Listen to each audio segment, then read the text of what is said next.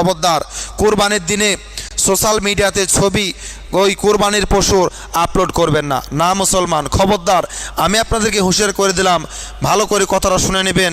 এরকম কাজ করবেন না যাতে আপনার কাজে অন্যজন দুঃখ পাক, অন্যজন কষ্ট পাক।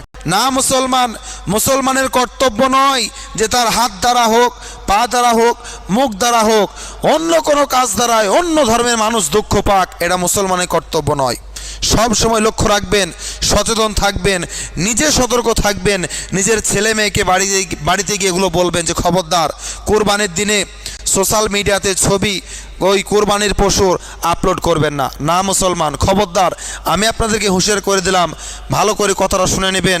এরকম কাজ করবেন না যাতে আপনার কাজে অন্যজন দুঃখ পাক, অন্যজন কষ্ট পাক, কিংবা এই জিনিসটাকে নিয়ে অত্যন্ত বাড়াবাড়ি হোক। আমি আপনাদেরকে যেটা বলতে চাইছি অবশ্যই বুঝতে পারছেন যে আমি কি বলতে চাইছি।